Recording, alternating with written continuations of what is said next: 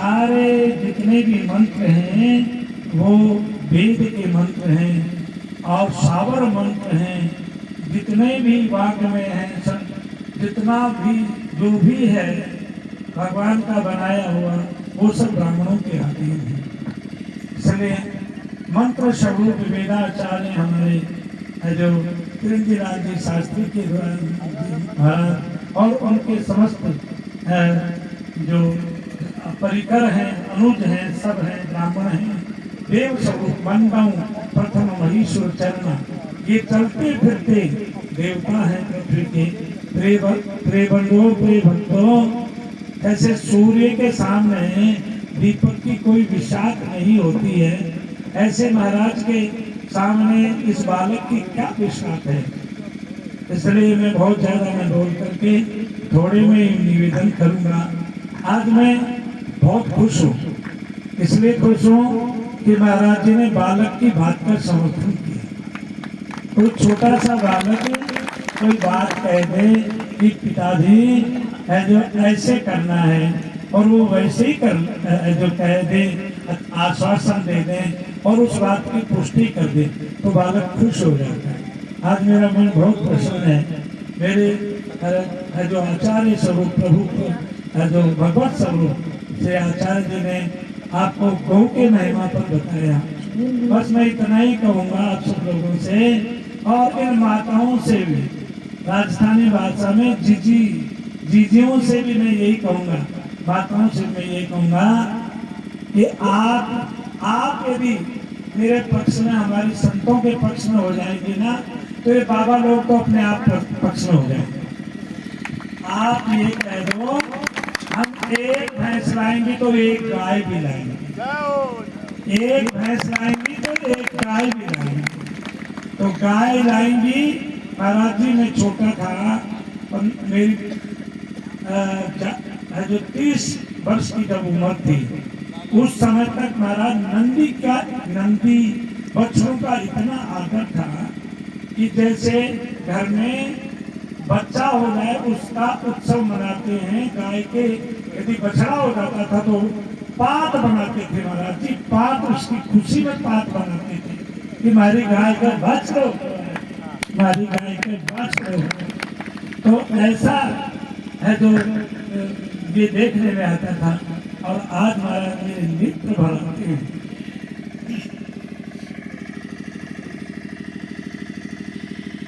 जब मैं नंदियों को मारते देखता हूँ मेरा बस नहीं चलता है महाराज।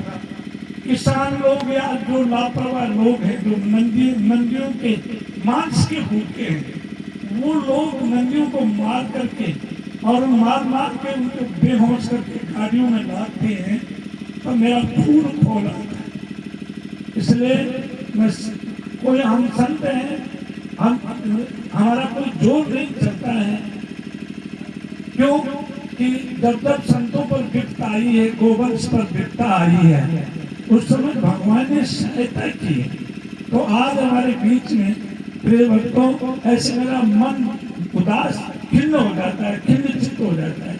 इसलिए मेरी प्रार्थना है आपसे कि आप गुरु परवर आचार्य जनों की बात को माने और आप अपने घर में एक एक बछड़ा जरूर पालें। और मैं जलवंत उदाहरण देता हूँ राजेंद्र गुड्डा जी का।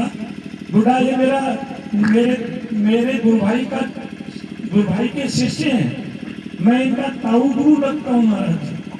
तो ये इनको वैसे क्यों समाधान में समाधान भाव से बोलूँगा, ये हमारे मंत्री रहे हैं और आज भी मंत्री भी हैं।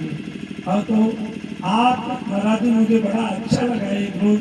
तो अब मैं ऐसे लोगों का समर्थन करता हूँ।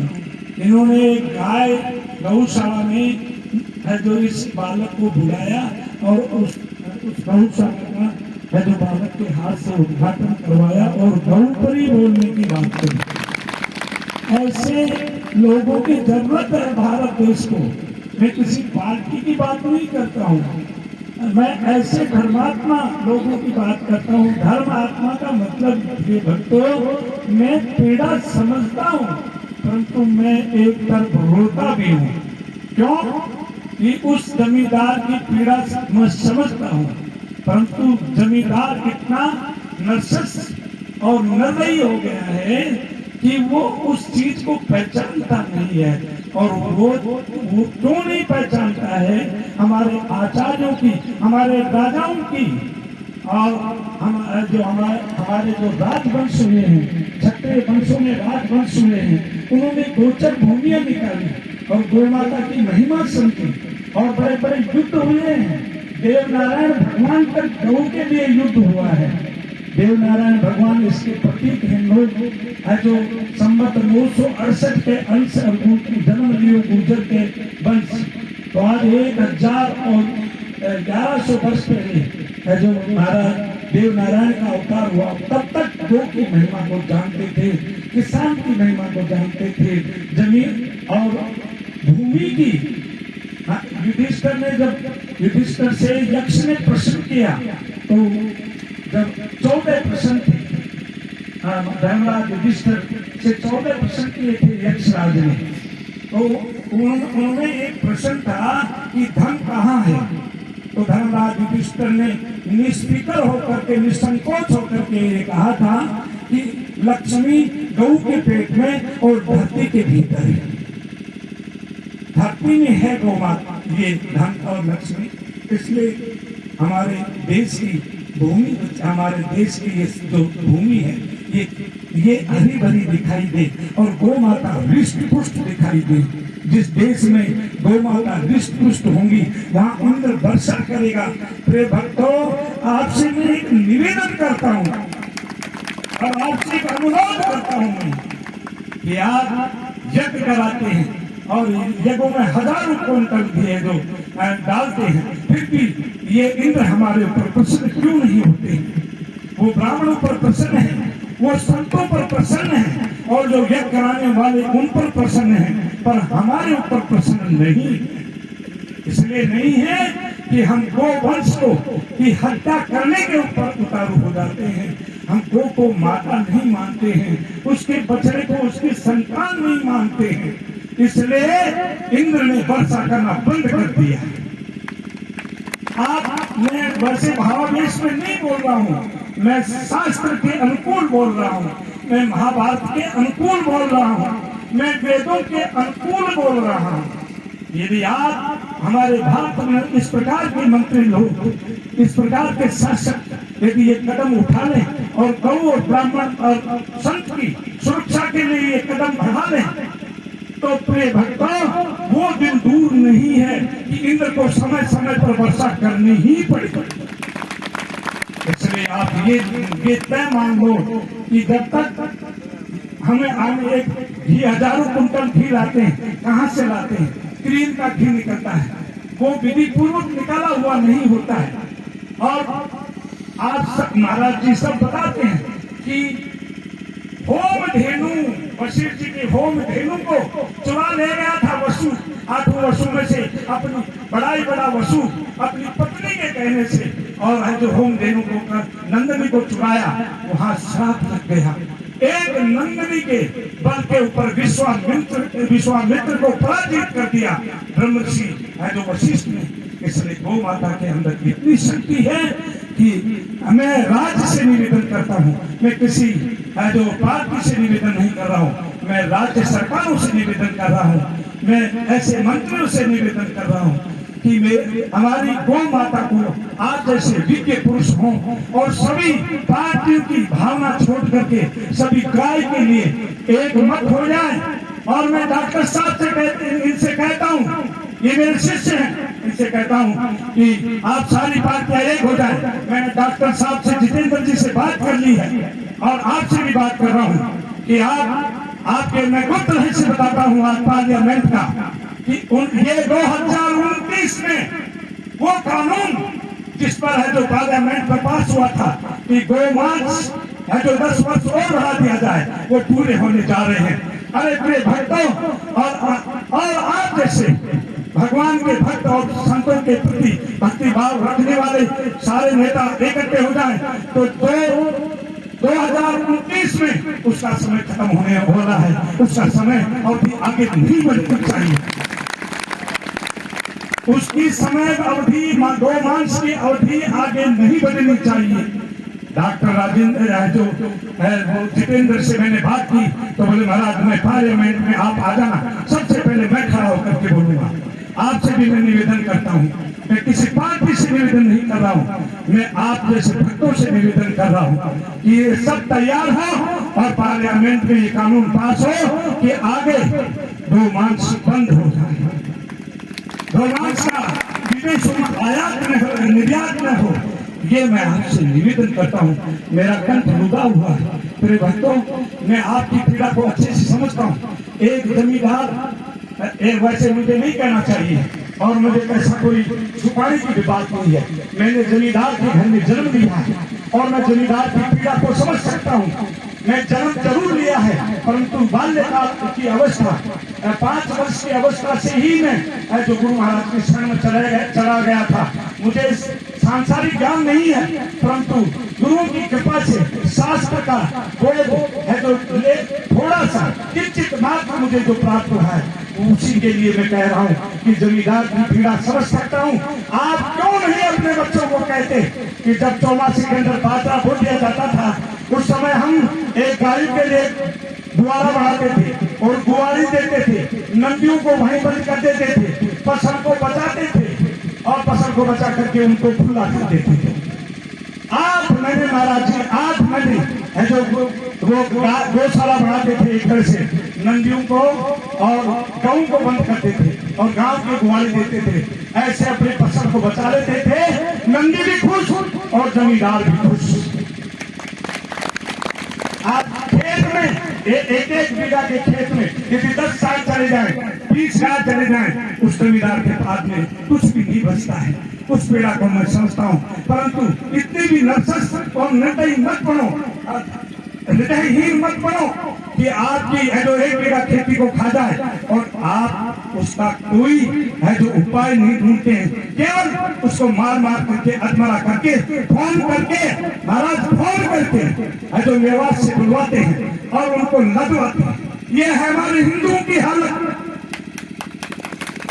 ये है हमारे हिंदू की बात नहीं करता हूँ, ये है हमारे किसानों की हालत और ये है हमारे देश के धर्म की हालत कि जो गऊ के लिए कट जाते थे, मर जाते थे, वो गऊ के बछड़ों को फोन करके बुलाते हैं। क्यों नहीं उनका उपाय सोचते? ये सरकार अपने आप आपके सामने नतमस्तक हो जाएंगे कि नंदियों का उपचार करो। और पूरे भक्तों में आपसे ये कहता हूँ कि आप ऐसा व्रत लो जिससे सरकारों को है जो बाध्य न होना पड़े और अपने आप गौ माता की रक्षा हो जाए। इसलिए आज मैं आपसे ये कहता हूँ कि भगवान के सामने संकल्प करके जाओ और गुरुओं की आज्ञा मानो। मैं तो इनका बालक हूँ परंतु मेरा हृदय शांत नहीं है, इसलिए शांत नहीं है महाराज। मैं 2 घटना रोज ही देखता हूँ, 2 घटना, 2 नंदी है जो रोज मेरे सामने आते हैं। ऐसे नंदी जिनको मारा जाता है, लड़ाई करूं हारनी पड़ेगी, सरकार के पास जाऊं तो कानून नहीं है और कानून करके भी सरकार क्या करेगी? सरकार के पास कोई जमीन नहीं है इतनी कि मैं कई बार कहता हूँ कि बड़ी पार्लियामेंट में, बड़ी पंचायत के अंदर ऐसा कानून पास करो कि 2 हत्या यानी 2 को राष्ट्रीय पशु है जो घोषित कर दो। परंतु महाराज सारे धर्म एक नहीं है। मैं इस पीड़ा को अच्छी तरह से समझता हूँ परंतु ये तो कर सकते हैं कि जो आज जंगलात के अंदर इतनी भूमि है जो रोक में रखी है, ऐसे कोई गऊ के लिए ऐसी नस्ल पैदा करें और गऊ को सुरक्षित करें, ऐसी नस्ल के बच्चों को ढूंढें जिससे वैज्ञानिक तरीके से उनका जो मूत्र काम में आए। महाभारत में लेख है, बस इससे ज्यादा नहीं बोलूंगा मैं।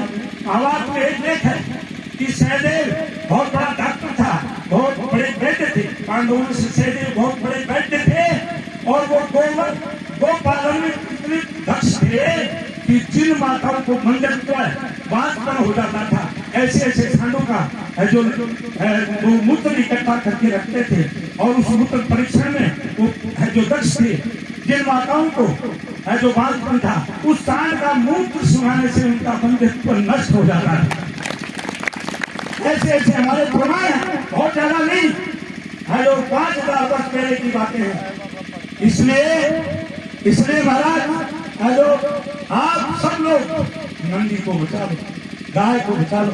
मैं किसी पशु की निंदा नहीं करता, मैं कुत्ते बिल्ली स्वर्ग और गधों की भी निंदा नहीं करता, क्यों ये सब जीव हम मनुष्य के काम में आने वाले हैं। हमें रक्षा सबकी करनी चाहिए, जैसे अपने बच्चे की रक्षा करते हैं ऐसे हमें सभी जीवों की रक्षा करनी चाहिए। परंतु जैसे समस्त योनियों में पितृदेव नर नाग यक्ष गंधर्व किन्नर आदि जो योनियां हैं उन योनियों में है जो मनुष्य योनि सर्वश्रेष्ठ है, ऐसे हमारे पशुओं के अंदर जानवरों के अंदर गौ माता श्रेष्ठ है। विश्व से गौ माता यानी विश्व की गौ माता है, इसलिए अपनी माता मान करके और बछड़े को अपना भाई मान करके और अपने बेटे के समान उसकी सुरक्षा करें तो हमारे ये गयार सब सफल हो जाएंगे और इनमें 100 गुना शक्ति पैदा हो जाएगी, 100 गुना। और इंद्र को विवश होकर के आज वर्षा करनी पड़ेगी। आज महाराज जी मैं बार बार सोचता हूँ, लोग कहते हैं महाराज गाय को पालेंगे खुआएंगे क्या, बछड़े पालेंगे खुआएंगे क्या, जो पानी तो बसता ही नहीं है। तो मेरे शास्त्र जो कह शास्त्र सत्यम सत्यम सत्यम सत्यम बदामी है, ये सत्य है कि यदि आप गौ के प्रति निष्ठा करोगे, शास्त्र ये कहता है, तो इंद्र अपने आप समय पर वर्षा करेंगे। और हमारे इन पहाड़ों में वो घास जो विराजी दीगर है जो ऐसे लहराता दिखाई देगा। और हमारा ये भारत और पूरा विश्व, अरे भारत से पानी जाएगा तो इटली में अपने आप पानी हो जाएगा। ये तय है कि भारत से पानी जाएगा तो इटली में अपने आप पानी हो जाएगा। देश हमारे सामने बिठा है जो भीख मांगेंगे और देश हम किसी के पास भीख मांगने की हमारी जरूरत नहीं है कि हमारी धरती माता और है जो हमारी गौ माता स्वयं अपने आप में सक्षम है। और हमारे ऋषि मुनि देव और ब्राह्मण और क्षत्रिय और ये हमारे राजा ये अपने आप में सक्षम है। इसलिए आप भगवान शिव के सामने संकल्प ले ले कि आज से हम माताओं आप राजी हो जाओ मेरे ऊपर, कैसे भी राजी हो जाओ कि मुझे मेरे से कष्ट देखा नहीं जाता है नंदियों का, इसलिए आप राजी हो जाओ और एक एक गाय पाल लो और कोई आवारा बछड़ा हो छोटा हो उसे पाल लो और सारे जमींदार इकट्ठे होकर के गांव में एक बाड़ा बनाओ, उसमें नंदियों को रखो और छोटे से नंदी इकट्ठे करोगे तो सरकारें मजबूर हो जाएंगी आपको अनुदान देने के लिए, ये अपने आप मजबूर हो जाएंगी। बुआरी को अरे वैसे भी तो गलत खान पान में और मोबाइल में आप कितना खर्च देते हैं। 8 महीने 2 गुआरों की तनख्वाह देनी है और उनको जंगल में है जो चरा खिलाना है। बछड़े बारात बस में बुलाओ आखिर होगा, बच्चे पर से हम उन बछड़ों को चराएंगे तो मैं गारंटी देता हूँ, क्योंकि मैंने गो पालन किया है, वो चाहे कितने बड़े सांड हो जाए आपकी एक आवाज पर इकट्ठे हो जाएगा। इसलिए ऐसा मेरा आपसे निवेदन है। मैं बहुत ज्यादा भावावेश में बोल गया और मैं फिर राजेंद्र जो जैसे भक्त गो भक्त संत भक्त और पितृ भक्त और अपने जो कुल को पालन करने वाले अपने क्षत्रिय मर्यादा को पालन करने वाले जो मंत्री जी से मैं निवेदन करता हूँ कि सरकारें कोई भी हो परंतु आप जैसे गो भक्त की निष्ठा कम नहीं होनी चाहिए। आप गो के अंदर है जो मात्र भक्त है जो भक्ति रखें और सारे गौ माता के ऊपर ध्यान देते रहें। और अन्य सबसे यही मैं निवेदन करता हूँ सरकारों से, चाहे बीजेपी बसपा और चाहे कोई भी जो पार्टी हो, मैं उन सब का भक्त हूँ। भक्त का मतलब इस समय राजा यही है और राजा से द्रोह नहीं करना है, जो द्रोह नहीं किया जाता राजा से निवेदन किया जाता है, क्योंकि राजा भगवान का स्वरूप होता है। इसलिए मैं सभी से निवेदन करता हूँ जो अपने पद पर बैठे हुए हैं उनसे सबसे निवेदन करता हूँ, क्योंकि राजा के शरीर में 8 देवताओं का निवास होता है। जो राष्ट्रपति पद पर बैठा है वो चाहे कोई भी है और जो मुख्यमंत्री के पद पर बैठा है उन पर देवताओं का जो आशीर्वाद होता है। ये रहस्य गुरु के चरणों से मुझे प्राप्त हुआ है। इसलिए सभी से मैं निवेदन करता हूँ कि आप सब गौ माता के प्रति है जो ध्यान दें और सभी ब्राह्मण और संतों के प्रति ध्यान दें। यही मैं है जो आपसे निवेदन करता हूँ।